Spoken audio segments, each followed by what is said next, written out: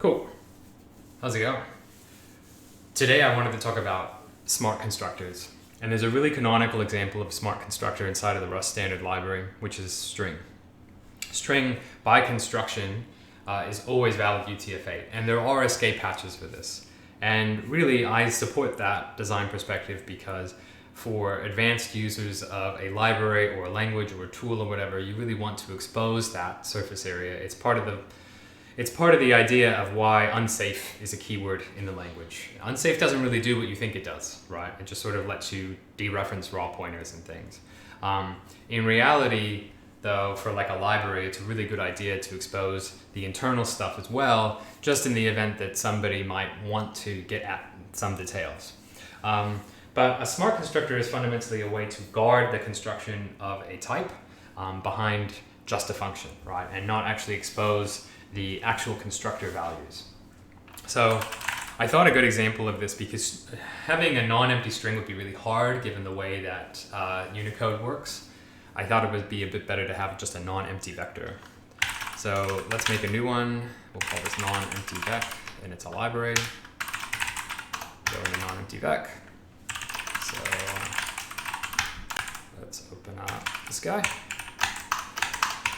Now, there's some traditional ways that you could do this, which is specifically by constructor. So you could say that non-empty, I won't say vec because it's a bit of a mouthful, contains some generic type A and a tail of A's.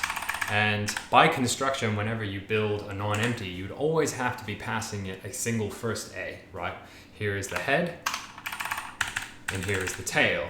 And by combining the head and the tail together, you're able to get this non-empty property, right? Notice also that we are saying here that it's an A and a vec, not a non-empty vec, but a vec. So this could be empty and there could be a single A, so that's non-empty. But A can never not be something, right? In the case of some lists, you can have an empty list. That's part of the definition of a list, or part of the definition of a vector. And non-empty vectors are actually kind of useful sometimes because you may want all accesses to it to always render up a value and to never have to think about unwrapping or error handling or whatever. So you could know at the fringes of your system or your program that you are building up valid values that contain stuff, and then inside of the program you have that property when you access these things. It's kind of like the same when you work on floats, right? For some practical purposes, working on a float, on IEEE 754 float, might always consist of you only working on finite values. And so you don't care about infinite values, right? You don't care about not a number or other things. So there are wrappers out there that will basically allow you access to all the floaty things, right, that you want to do, addition, subtraction, multiplication, etc. But it's going to remove the need to have to do all these extra checks, or having to have partial ORed, for example, over a set. Because if you're not familiar with it, there is no ORed, fully total ordering in the standard library for floats. Whether they're F32 or F64, it doesn't matter. But if you had this wrapper type and you said it's always finite values and they're always bounded within a decimal range or something, then great. Then you can easily say, okay, that substantiates a ORed thing when I'm using this type. So you notice that in this case, I don't have pub, and I don't have pub on these fields.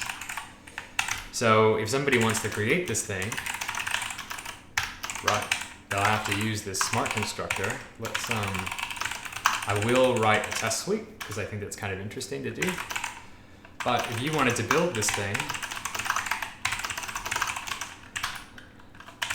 let's call these what these are, right? Head and tail.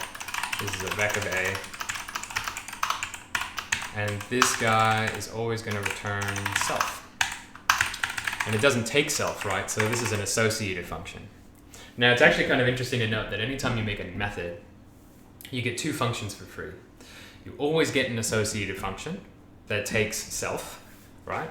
So for example, if I had pump function f self x of a, right, dot, dot, dot, I can use that two ways. I can say non-empty f with my value and then x, right? Or I can say value dot f of x. So you always get both, and this can be really handy when, for example, a great example of this came up yesterday was somebody saying, well, if I have like something that a bunch of things are implementing deref, which means you can use the little dot operator or the star operator. How do I clone the inner thing? That can be another video, but it's really just that example of, if you know that the inner thing is a T type, you can say T clone, and then whatever the RC thing is, right? It was around the context of RC. But that's not important. The point that I'm trying to make is that anytime you implement a method, if it has self, you get two things. You get the associated function off of the type, and you get the method syntax. And if you don't implement self, you just don't get the method syntax, right? That's the only difference. So here what we're saying is that, yes, this thing is public, the new one, and that's going to let me make a non-empty of head and tail. Okay. Now note that we can do this a little bit different. And we could say that we're just wrapping a vector of A's.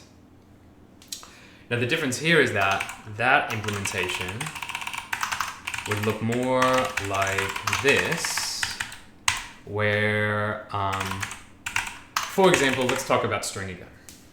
String is a good example because if you pass it a vector to construct with, and it does its little UTF-8 check, it's going to find something maybe wrong and then blow up. So it panics.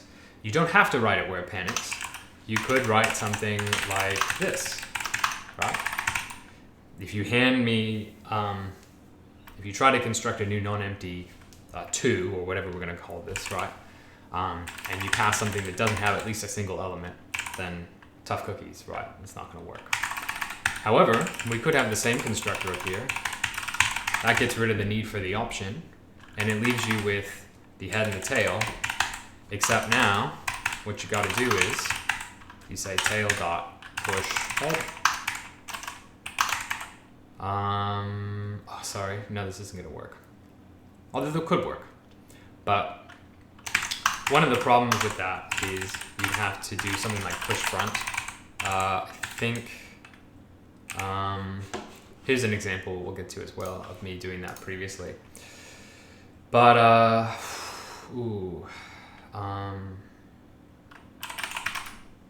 stood, what was I looking for? Vec. So we're going to go to the documentation. Here's Vec. We're going to look for how to push something to the front. I think it's insert, there we go. Insert's an element in position index, so insert 0 would work. There's probably a way to pop and push new len leak. Resize. Capacity, new in, with capacity in from raw parts. What are we looking for? We're looking for something like insert, but just always puts it to the front. Excuse me.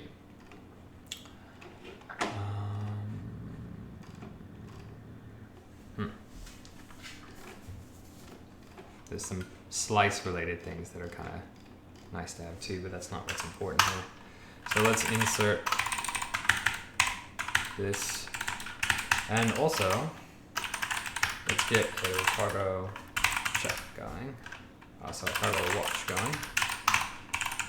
So now we're going to insert head and the tail, and then just non-empty diff. So, yeah, we've got the element and the index might be swapped. Yes, 0, like that. So that pushes it to the head, and then we construct it. So to give an example of this, I did actually build this previously, and I put this in a gist. You'll see that in a non-empty vec here, it takes the vec, and then this new, right? We're constructing a new thing. We push the first thing in, we extend this, and then we construct our thing. And now we're doing it a bit differently, right? In this particular flow, the rest is optional, whether or not you have it. it's actually not necessary here in hindsight to have an option. You don't really care. If somebody hands you an empty vec, then fine, this extend will work. If somebody doesn't hand you an empty vec, then whatever. But we're doing it a bit differently where we're not reusing the allocation. We're just building up a new one every time. And, you know, unless you're cranking on these all the time, this may not be the code that you need to optimize, right? Cool. So what way are we going to go here? Well, it just depends on ergonomics, right? This way is nice because even if you did publicly expose this, people would always have to have a non-empty, right? They'd always have to provide at least one value and the rest, okay? Whereas this non-empty diff one, you really have to force everything through the functions. And maybe we can kind of push on this a little bit just to see how this would look. You can kind of get a sense of the interface that I'm defining here. So the interface is really simple. You can push, you can pop, you can take the length, you can go from a vector or to a vector, and you can unwrap, which is just a courtesy alias for toVec. And you can also construct a singleton, and a singleton is going to be useful for us just to say really that, you know, I just don't want to have to pass the rest thing every time, okay? And that's kind of handy because, let's give an example here, pub function, singleton, head a, or we'll just say elem, self. This is going to be a non-empty new head vec. Now, part of the reason why you might want to have this as an option is to not, because an option is only going to be a byte, right? Whereas this might be a little bit bigger than a byte. And so there's thinking about this, but I really want to kind of show in this example that we don't need to be thinking about these optimizations up front. We can be aware of them and we can be conscientious of them and grow with understanding about them. But really, like, when you first start building a program or an interface or whatever as a prototype or a spike or whatever you want to call it, it's quite important to know that you can do this without having to think about it being from the perspective of, oh, I have to optimize this, it has to be fast, etc. So we're going to use copious amounts of clone and things. Probably the only thing I won't do that I'm pretty strict on is I'm not going to like carelessly unwrap or expect unless it's in a test. So because of that, let's bring our test back. Right. And we'll say here's tests. Yeah, we'll say non-empty new. So this isn't really going to tell us much. There isn't much to test there. So maybe we should do non-empty singleton. And we'll also say non-empty defs. Let's first define it actually. So non-empty singleton is going to take a non-empty singleton. It's going to take a single element, so 1, 2, just to spice it up. And then we're going to say s.len is equal to 1. That's a really simple test, right? You push something into a non-empty, it should always have at least one thing, okay? So here's our singleton on that. Let's go back here, cargo watch -x test. Now we're gonna run the tests. Get rid of that, semicolon. Now what's happening? Non-empty is not found in the scope. That's because we need to use super star. What this does is it's going to bring in all the enclosing scope of this crate. This would be swapped out from this crate's name if we were doing it. Okay. So this isn't found. So now we need to write a thing here called len that just takes self and produces a usize. Okay. So how are we going to do that? Well, we're going to know that there's at least one element, which is the first one, plus the length of the rest. Okay. So we can write an internal function here called rest, or tail. I'm using the shortened one because I'm a heathen. I've written enough Elixir and Erlang and stuff to use head and tail as kind of really shortened things. It just comes naturally to me. Ideally, I would write it like that, and maybe I should just do that here, right? Yeah, let's just do that. So you've got the tail of self. Okay, this is going to return a vec of A. Now here's a funny thing. I want to do pattern matching on the first one, and I think there's a way to do this. The way that we're going to do this is we're going to say self is a non-empty with raw and the tail, which has type that, and we'll return this tail.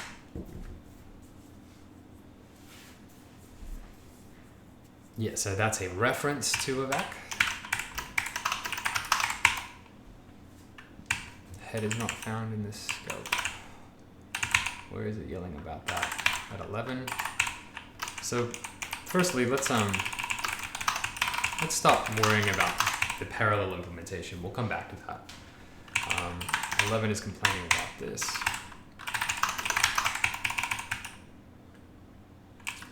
Something is whinging. It's this. So we'll say self tail dot length.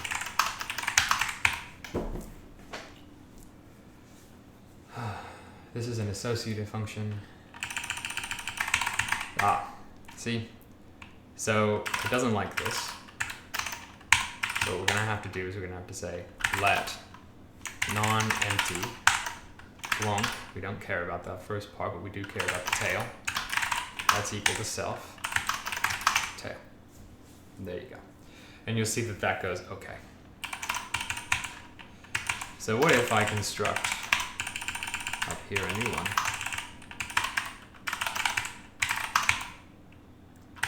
We'll say new. It takes 42 and an empty vec. That's going to have 1. Then additionally, we're going to create some test cases here, right? So let cases equals an array. We're going to have some tuples. So the input is going to be, let's see here, 42 vec. And the output is going to be 1. 77. This is going to be 2. For case in cases.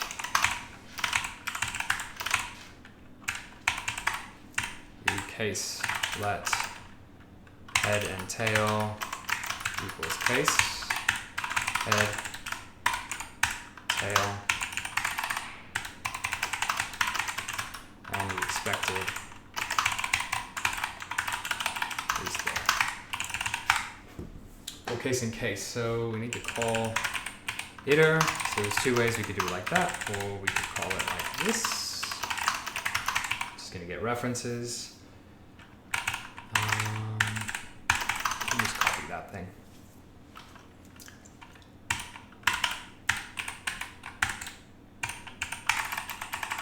And I'm gonna be a little cheeky here and just set it fine. Go ahead. There you go. So those 2 cases work. I am actually going to try to figure out Rust format skip. I can't remember the exact name of it. There it is, right here. So let's say copy C. Let's see if that actually lets me paste that. No, Linux, man. There you go. I just very clearly want this to be line by line so that somebody can come along and go bump bump and add a new one. So what's next? We've got length, tail, singleton, new.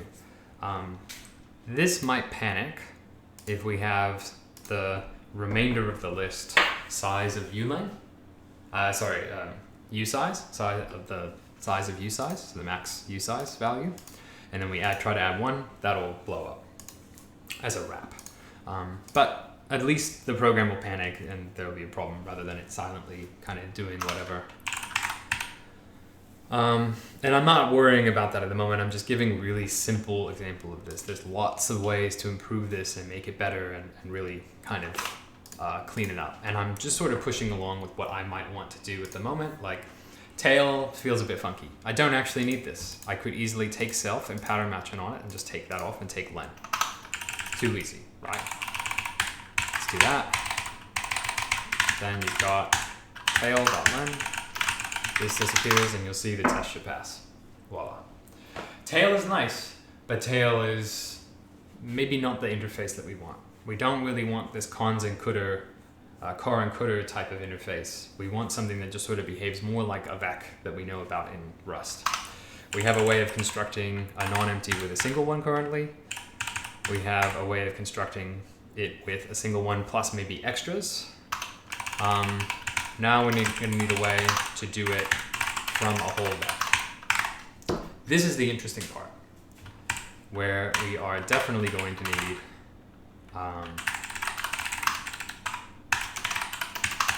to describe this like that. Why? You might have a vector that you hand into this function, and that vector would be empty. What are you supposed to give? So, if, let's call this v len, and actually we can just say is empty, else none. And then up here we're going to say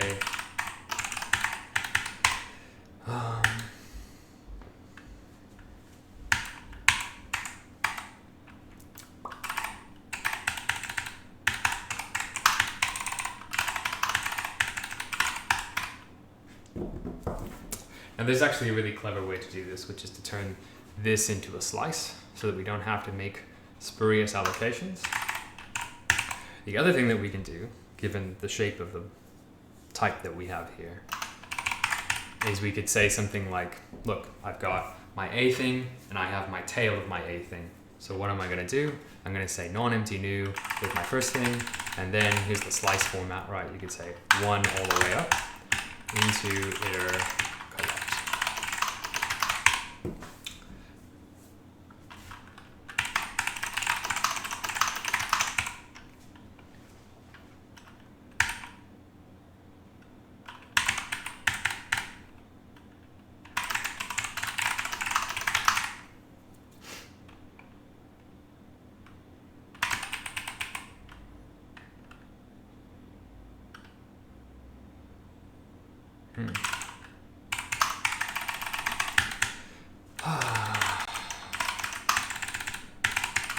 So what am I thinking here?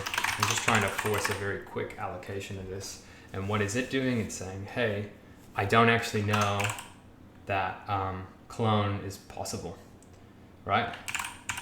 So we'd have to say something in this definition that A is clonable. And you might have two different ones, right? You might have one where A is copyable, and that's fine, and this just works as is. You could say copy. All right, that works. Or you could say clone. That works, sort of.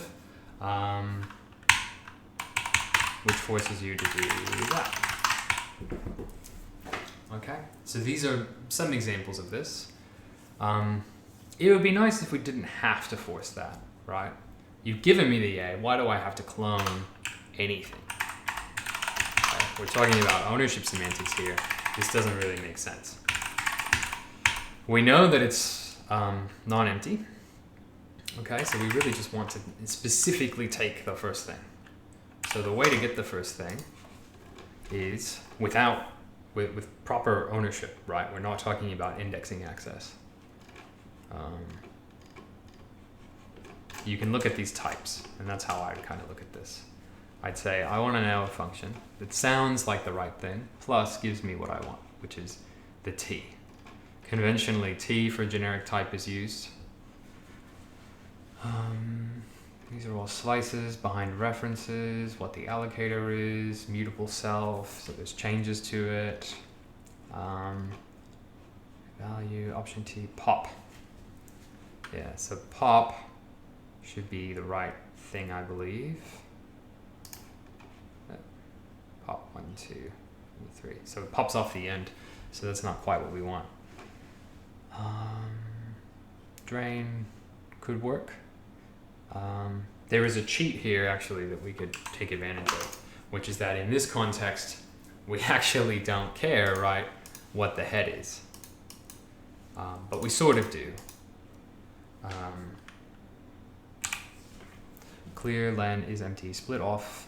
So this is pretty handy, but you'll notice that it also enforces that A has to be clonable. Okay, so we don't want that. I want something where I have the ownership of the thing, and maybe this is impossible, right? Easily. Here's remove item. Here we go. We have a mutable copy of self. Removing the first item equal to a needle is already easily possible with iterators and the current vec methods. Furthermore, having a method for one particular case of removal, but not for others, is inconsistent. So that's a really good explanation. And what it's telling us is that we can do this. v.into iter dot nth 0. Okay. And then past that, we can say v.into iter dot skip 1 dot collect. Yep. And why is it safe to unwrap?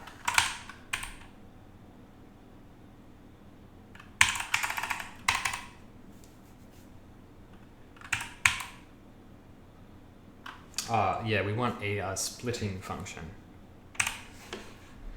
Splice. This returns an into iterator. So that's splicing into the collection, but we want a split. Split off sounds about right, but I don't want to force this thing of clone, basically, which is the only thing that I'm not super happy with. I'll think about it for 2 seconds, and I'm probably just going to give up after that. So sort, right split, split at. See, each of these are producing new slices, and this split function produces an iterator. This thing, generally when you see some struct like this, you can sort of know that it's going to be an iterator, or something that will produce an iterator or has iterator over it. And you'll see here it says, yes, it returns an iterator over subslices separated by elements that match predicate. Okay. Split inclusive, mute, split, split n.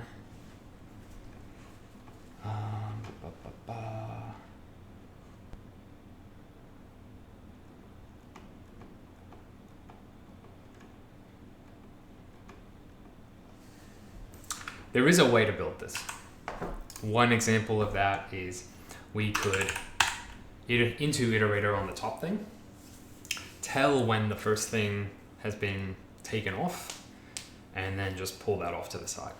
Okay. So an example of that would be like let head equals none, let tail equals none, mute. This is a really gross example of this, but for item in v dot into iter, sorry, if head dot is none, then head equals some item, else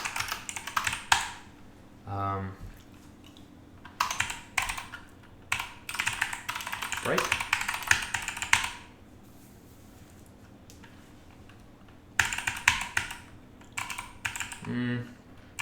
This is taking too long, and I want to get moving. The idea is that you basically want to take the memory that's already there and just pass it along, but you need to split it up. And you could split it up with references and clone or copy one, and that's a really common example, and it actually wouldn't cost anything. Computers copying and cloning stuff is really quite efficient and fast. Conversely, you might have this example where the vector is available, right? But what we want to do is we want to say, this example would work, but we already take ownership of v, so we have to clone v. For the sanctity of argument, given that copy and clone kind of overlap. I'm going to say clone. And we could make this very precise too. You could have this here. This is something that people tend to kind of forget that you can do. Is you can make it more precise.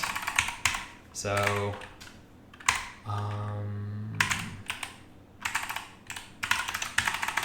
take this, right? Then clone the thing inside of the option, and then unwrap that option. So that works. In this way, a non-empty doesn't have to, for most general uses of the interface, be clonable. It just has to be clonable when you want to use this one function. Cool. So let's go test that. Maybe we'll copy this example because I like doing table-driven tests. This is non-empty from vec. So the input here is going to be just this vector. Get rid of these tuples. So here's an empty vector. Here's a vector with one thing. Here's a vector with two things. Okay, so now we've got none. All right. Sum 1, sum 2. We can keep doing this with lengths if we want. You'll see in a moment that we might do something like a round trip test once we have that built. So let's go input from that input, the expected sum. So this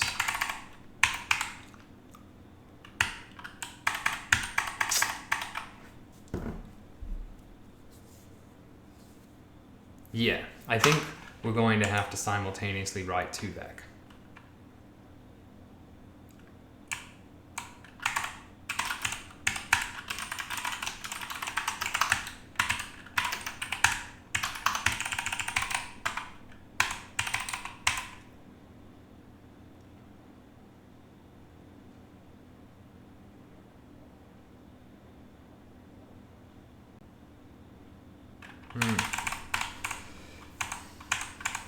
That's a really nice way to do this.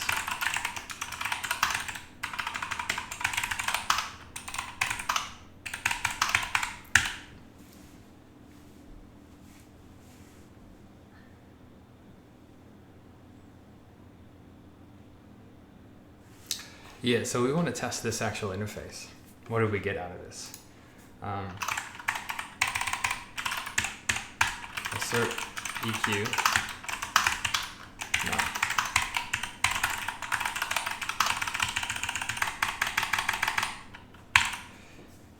So what we're going to do instead is we're going to say non-empty singleton of 42.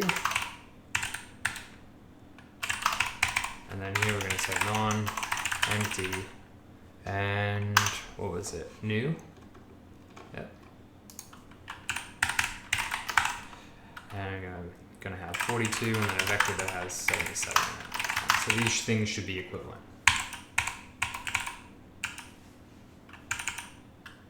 What's going on here?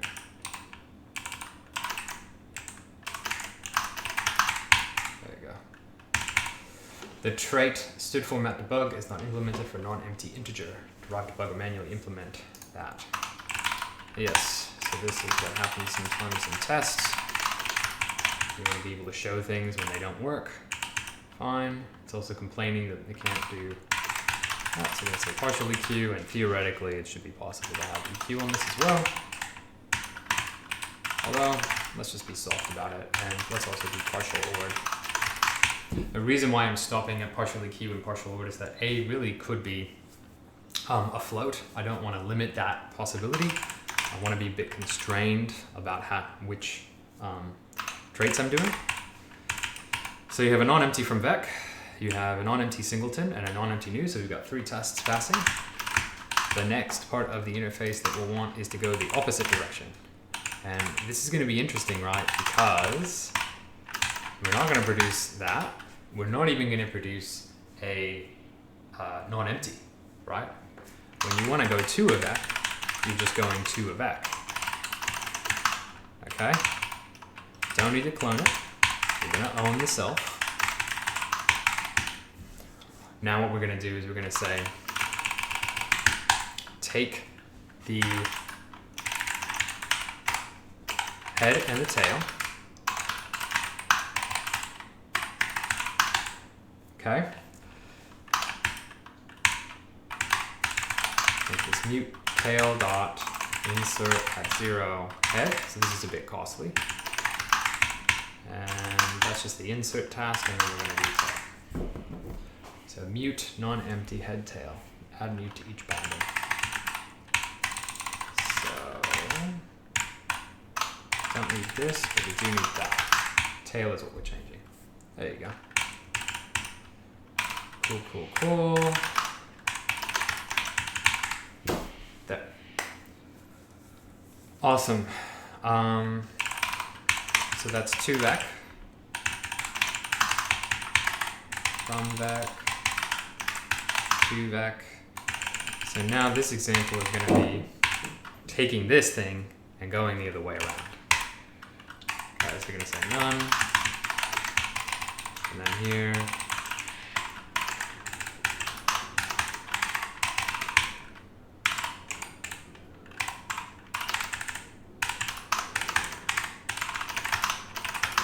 Right. And the function we're going to call is 2vec. And the input, what is going on? 2vec input.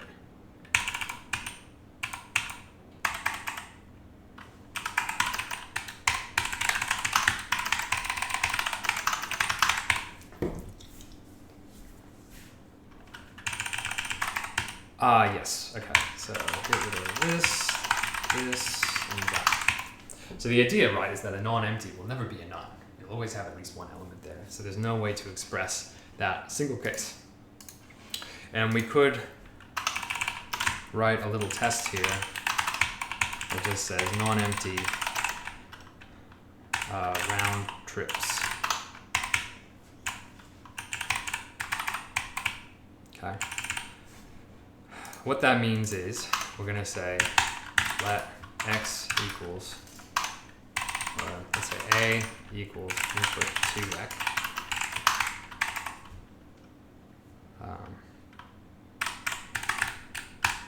Non-empty from vec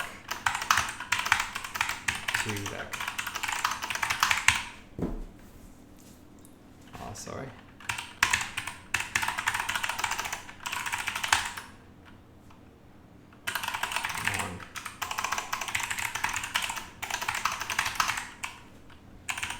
So see what's happening here? We're going from, we're turning this into a vector, then turning it back into a thing, and then putting it back. So actually, we're going a few too many times.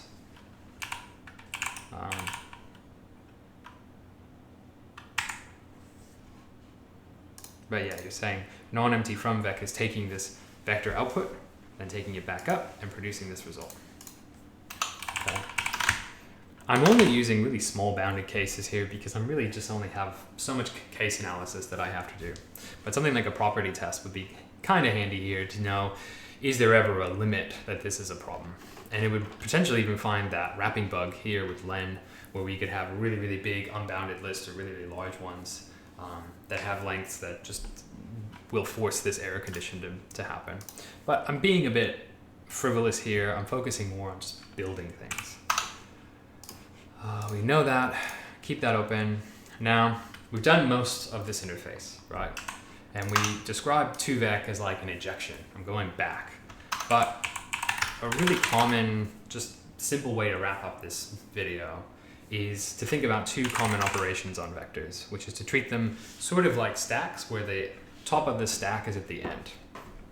Okay, so if we want to push onto this thing, we're going to take a mutable reference to self and produce no output. Okay, this is just an action. It has a side effect. It's mutating the vector, and that's that. Okay, so when we push onto the vector, what are we going to do? we know that there's always the first element.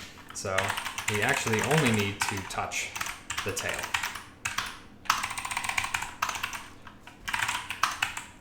The tail is going to get the element pushed. So the elem is an A, and it's going to get pushed onto the back. All right. So let's give an example here where, let's take this one, this singleton example, and say non-empty push. So here we have S, I'm going to make S mute, S dot push 77. This now should be 2. And that passes as well. Okay. And we can just sort of do a little sanity check. It's definitely exactly 2. Awesome. Now, here's the difference. There's one part of this interface that's going to be slightly, maybe not what we would expect. When you pop something, what do you expect? Well, there's 2 things that are happening. One is that you're mutating self. So you make pop self to the point where you don't have any elements left. And then that wouldn't be non-empty. So we have some options. We can panic. That's one option. If we really want this to be sort of an assertion-driven programming style. Programming Pearls is a really decent book. It's got an example of a binary search algorithm implemented inside of it using assertions. And that's some case here where that might work for you, right? You want to kind of combine assertions and running the code a lot, plus lots of tests to get some sanity and confidence around things. Sometimes, with debug asserts or whatever, this can be really handy. Additionally, we may want to say something like, when you pop, you're actually ejecting, right? So what happens here is twofold. Either you pop and you get back a non-empty, or you pop and you just fail, right? So we could say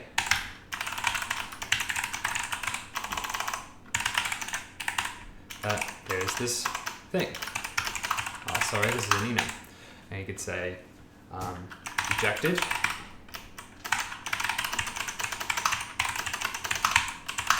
or retained. This is one example of using a sum type to make this work, and we could say that every time you pop, one of 2 things happens. Either you've ejected it and gotten something out, or you've retained it and you've gotten this out, and you also have the A. That actually, I kind of like that style, because what you're doing is you're providing more information to users of your interface to be able to say, well, what has actually happened on this interaction? And you're allowing it to be a value, just like other error handling techniques. Instead of, you hand this out to somebody with pop that panics and they're running their code or whatever in production and they haven't really tested it super thoroughly, or maybe there's just an edge case where a non-empty was constructed with only one thing left and it immediately pops. That's a really good example. A singleton is created and then you pop. In that particular case, you would want to what? Fail, right? But would you really want it to die? Would you want this test case to panic, where you create the singleton and then you pop? What do you want here? What's supposed to go there? Well, here's a way of thinking about it. If you put that there, right, this thing here, what are you going to get out the other end? If we let it panic, then you would immediately know in development, hopefully, that something is wrong. Or you would crash the application because you're saying, I'm trying to pop something and I'm going to get into an invalid state. And that might be fair to say, I'm just going to die, right? However, I would suggest this enum approach, because you're always, part of the power of error handling in something like Rust or Haskell or whatever, where values are present, is, and look, even with exceptions to a certain degree, with values, you're doing 2 things. You're doing one more thing than exceptions let you do, right? Exceptions, you don't always know. You're up to discipline. and whether or not people will always tell you or write in documentation or write an identifier or whatever to tell you that an exception is being thrown. However, with values, like with result, you know, looking at the code, handling the code in the type system, that there might be an error and that you have to consider the error. And there's even the must use thing that you can have, where you might be able to say like must use here, meaning that when somebody gets back a non-empty pop, they can't just throw it away, right? They have to figure out that the thing was ejected or not, which also means that we should probably take advantage of ownership and say that I'm gonna, wrong function. I'm gonna say that whenever you pop something, you need to actually take the whole structure and feed it through. And I'm doing this because although it's not very ergonomic and it's not very symmetric, it's going to force you to think about doing the right thing, okay?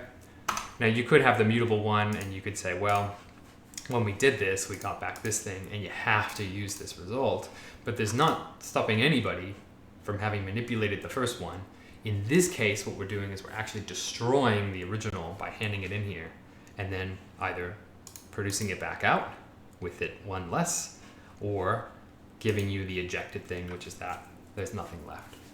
And think about it too, when you pop, right, do you actually need to even eject this thing, okay?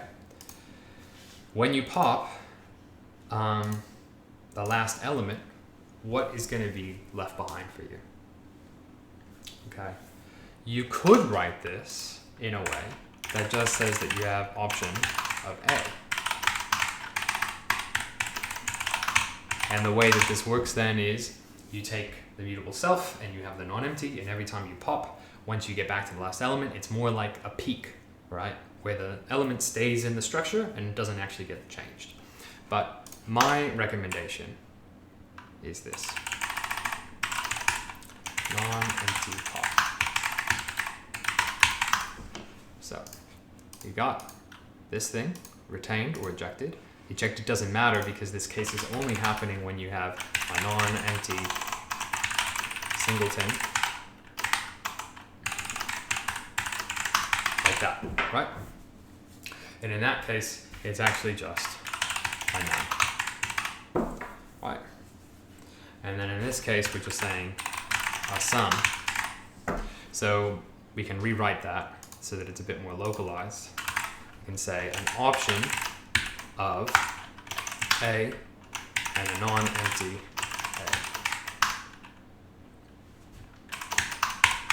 A. What does that mean? That means, because this is just option, right? Sum or none. We can get rid of this now.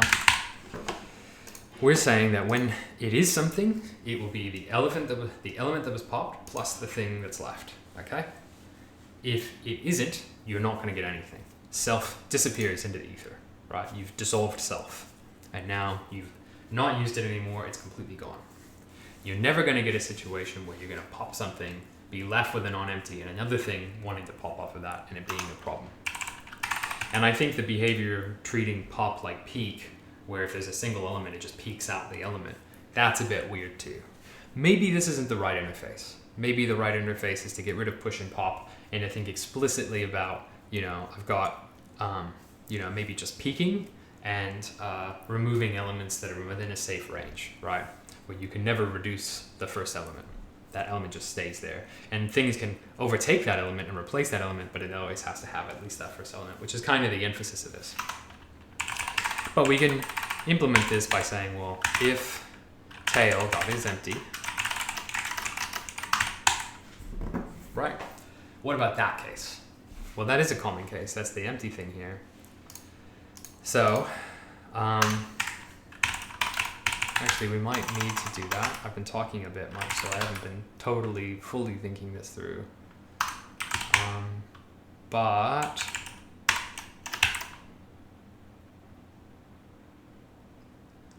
yeah, so let's think about the cases, right? Case number one, you've got a singleton, and you pop it. So let's write it like this, pop singleton right, you're going to get the single value A. And the singleton should become none. All right. So this signature doesn't quite make sense for that yet. Case number 2, pop of a new with A and some single element of A. So there's at least 2 things. Right. Cool. So you've got that A and this A. Now there's 2 things. Now that is the example we gave where you'd have this structure. Case number 3 is popping on an empty one, and that would be a none. So this case should never happen, right? We're talking about working on non-empty types. So we don't even need to think about case number 3. That goes out the window. We need to just think about these 2 cases where it's either an A or this pairing of A and the original thing. Okay. So enum non-empty pop, and then we could say last value A, or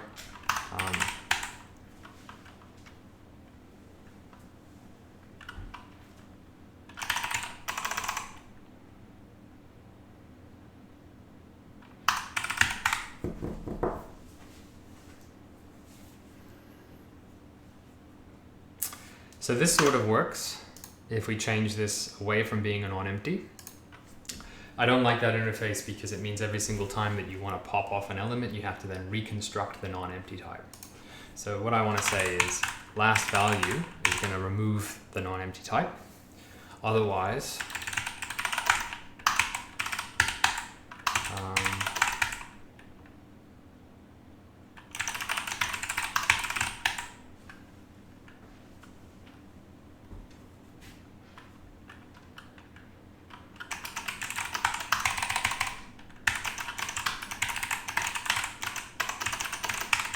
really bad naming thing, right? So here's the last value, and then here's the value where we still have remaining stuff. I'm gonna be bad.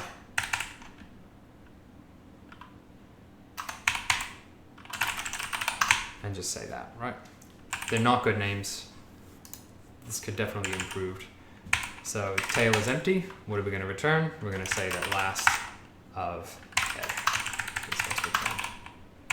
else tail is not empty, so we're going to say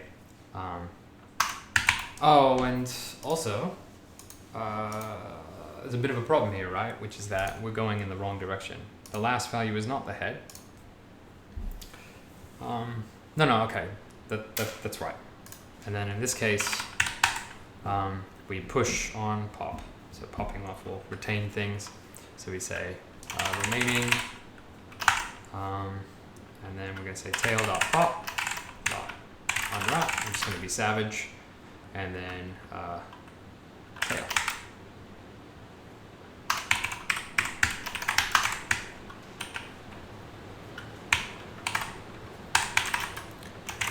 Empty pop. I'm going to be a bit cheeky. Let's dissolve that. And this is going to be a non-empty pop.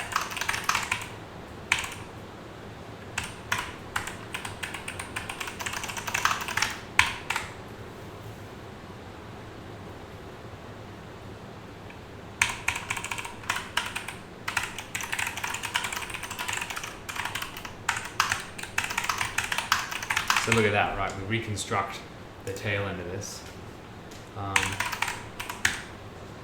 And now we can say unwrap too. Right, we would really want checks in here, but we can kind of be,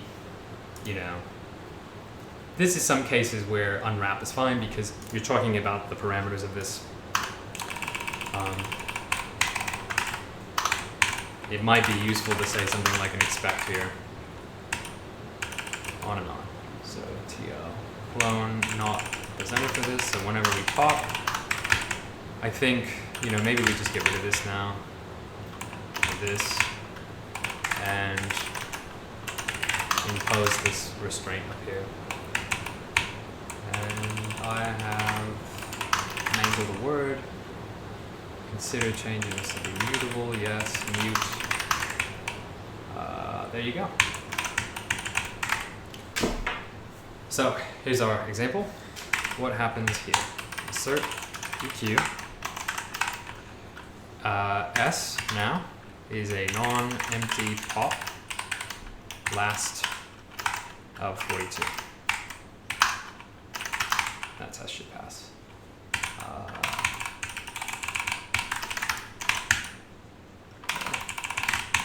Slap that guy down there.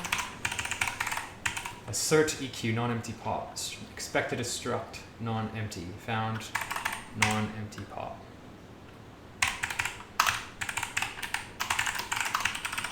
That's what I want to do. Cool. So let's set up some test cases here. Let's grab my Rust format skip thing again. And what are we going to say? Right, we're going to say that these cases, there is input and output. So the input here is the non-empty. So let's go here.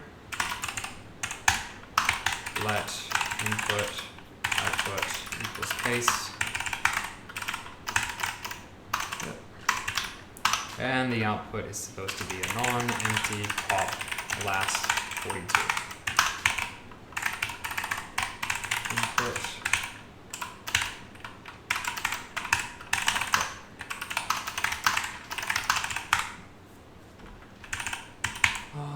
Something's wrong. 148. This guy needs an equal sign. That's what's up. Cool. So, what if we take a new one? We got 42 and a vec that's got 77. This is then going to be remaining.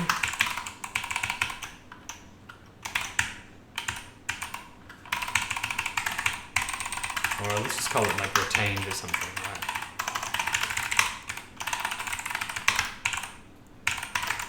These are terrible names. It would be preferable to say something like a non-empty pop has the last value, or a non-empty pop retained the thing. I guess it sort of works in my head at the moment. From that 77. Oh, sorry. What am I looking at? Expected to struct non-empty. Found an option.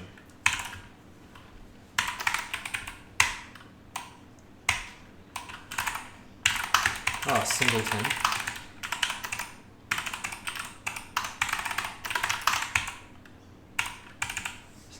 Something had blown up. I don't know what.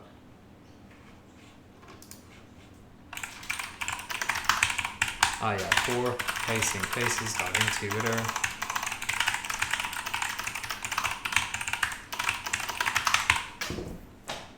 So non-empty pop failed for one of our cases.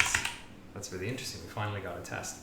Non-empty pop panicked at call unwrap on an unvalue. Cool. So we've encountered a case where trying to do this pop thing with this unwrap, this is not happening, right?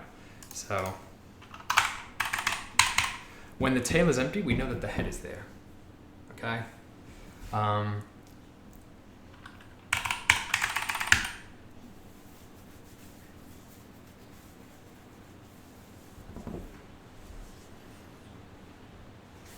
So let's put a little bit more diagnostic information in. Expect fail to pop on tail. And here we'll say expect fail to construct. Okay. Failed to construct tail. So it's actually this one that's failing. And that's because we can't take a non-empty from an empty list. All right. So fair enough. The tail is empty. We've not taken the head.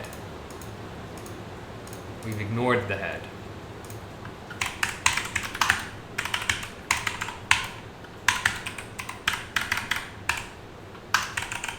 tail.pop, and just throw it away.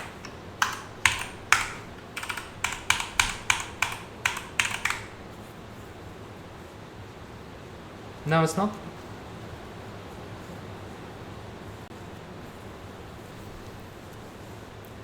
Oh, right. Yeah, so what we want is we want to combine the head plus the remainder of the tail. So you need to say vec head extend tail. Oh.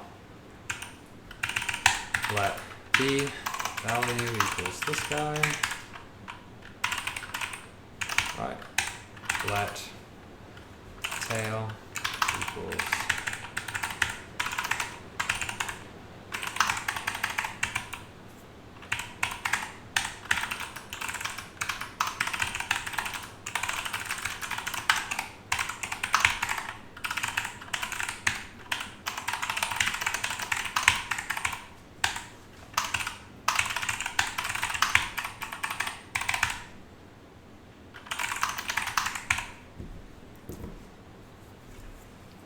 yeah, so we've got some things backwards.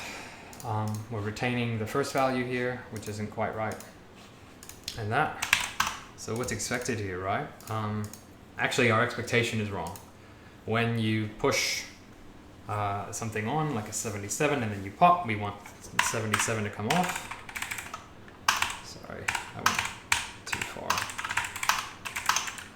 And you want 42 to be left behind. And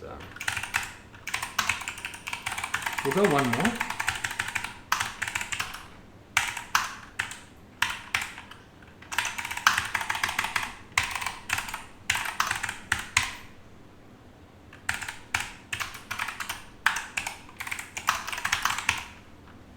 Beautiful.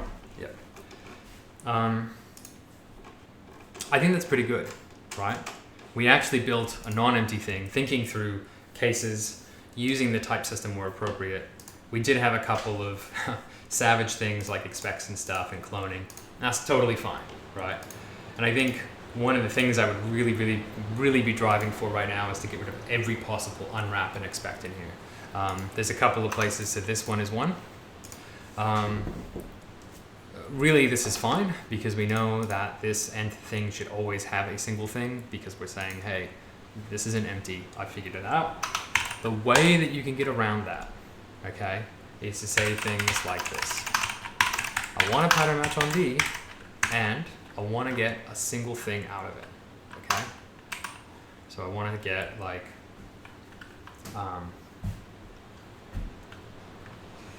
my head, and then maybe my tail, right? And you can do this, and you can actually describe this as the rest param, I think. There might be a way to describe it as a rest param, and then do it that way. Then what this becomes then is the head dot clone, and then the tail dot into iter dot clone. Collect. Turn it into a vector.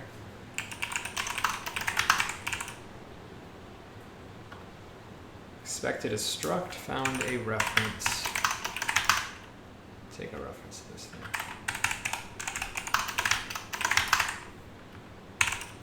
Exclusive range pattern syntax is experimental. So this is the last thing I want to do here is I want to say pattern match head and tail of sliced rest. So let's go looking around. So I think splitting again is what we want to get at. Yeah, you can get split out to get mutable slices of the head and tail or pop. You can also pull out the first thing, and then here they've got this guy. There might be a way to do it. Yes, sub-slice patterns. There we go, this is what I want. So you have this dot xn. Okay, so xn here should be what we think it is.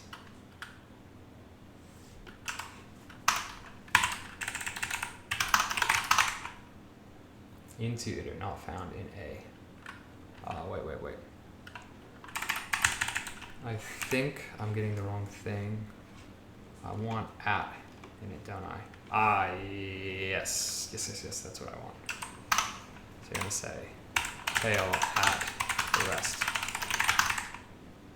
Okay.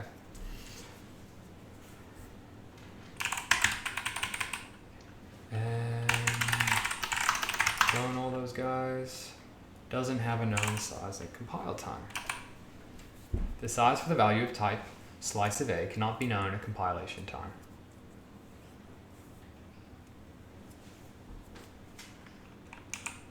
So is there an example here which uses that? P's. In P, so it goes over that.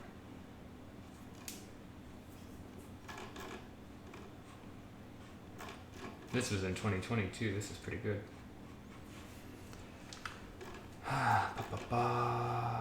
We are stabilizing subslice patterns, attributes, law, my array.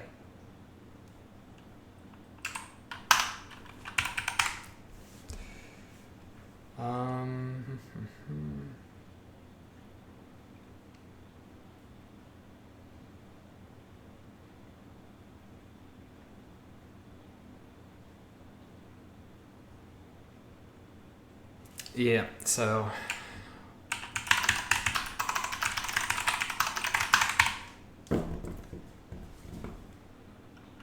it's getting kind of iffy because we're trying to say A is sized, and you want to say here that tail is also sized. This is one way that we could cheat on that. We could keep pushing that and make it work. I'm sure we could. Given enough effort, you can make almost anything intractable, tractable. Almost. Sometimes it's just not worth it, right? But we can get rid of these cases too. Describe. And really lastly, to summarize, right, all these cases here, what I was saying before and got sidetracked on is all these cases where we're doing unwraps and stuff, we can use pattern matching or split out or whatever to get out results. So a really good example of this would be like, I know that V is an empty, so I'm going to split at V, get the head and get the tail, and then I'm just going to collect the first one into a vector, and then the first one is just my element, right? I'll just pull the thing out of that. That's a good example. This I don't mind either, given that we know that a non-empty is supposed to be non-empty, and we have this check up here that doesn't really make a huge difference to me. The slice comparison, that would probably be the cleanest, and I would prefer that approach. Anytime you feel like I have an expect or an unwrap or whatever, you can usually get that information out of a pattern match. And then these expects, right, fail to pop on tail or fail to construct tail. Again, that's because we're doing this predicate check up here, but that predicate check could be turned into a actual pattern match, right? That pattern match would enable us to basically say, let me pull out these values, or it could even just be referential, right? Like to do this check and then to take the value and then copy it, right? Clone it or something. So hopefully that was really helpful. That was pretty fun. We didn't quite get to the second implementation of non-empty diff where it was just the vector, but the difference there isn't much, right? Really, in that case, you have to kind of slap in more panicking and checking.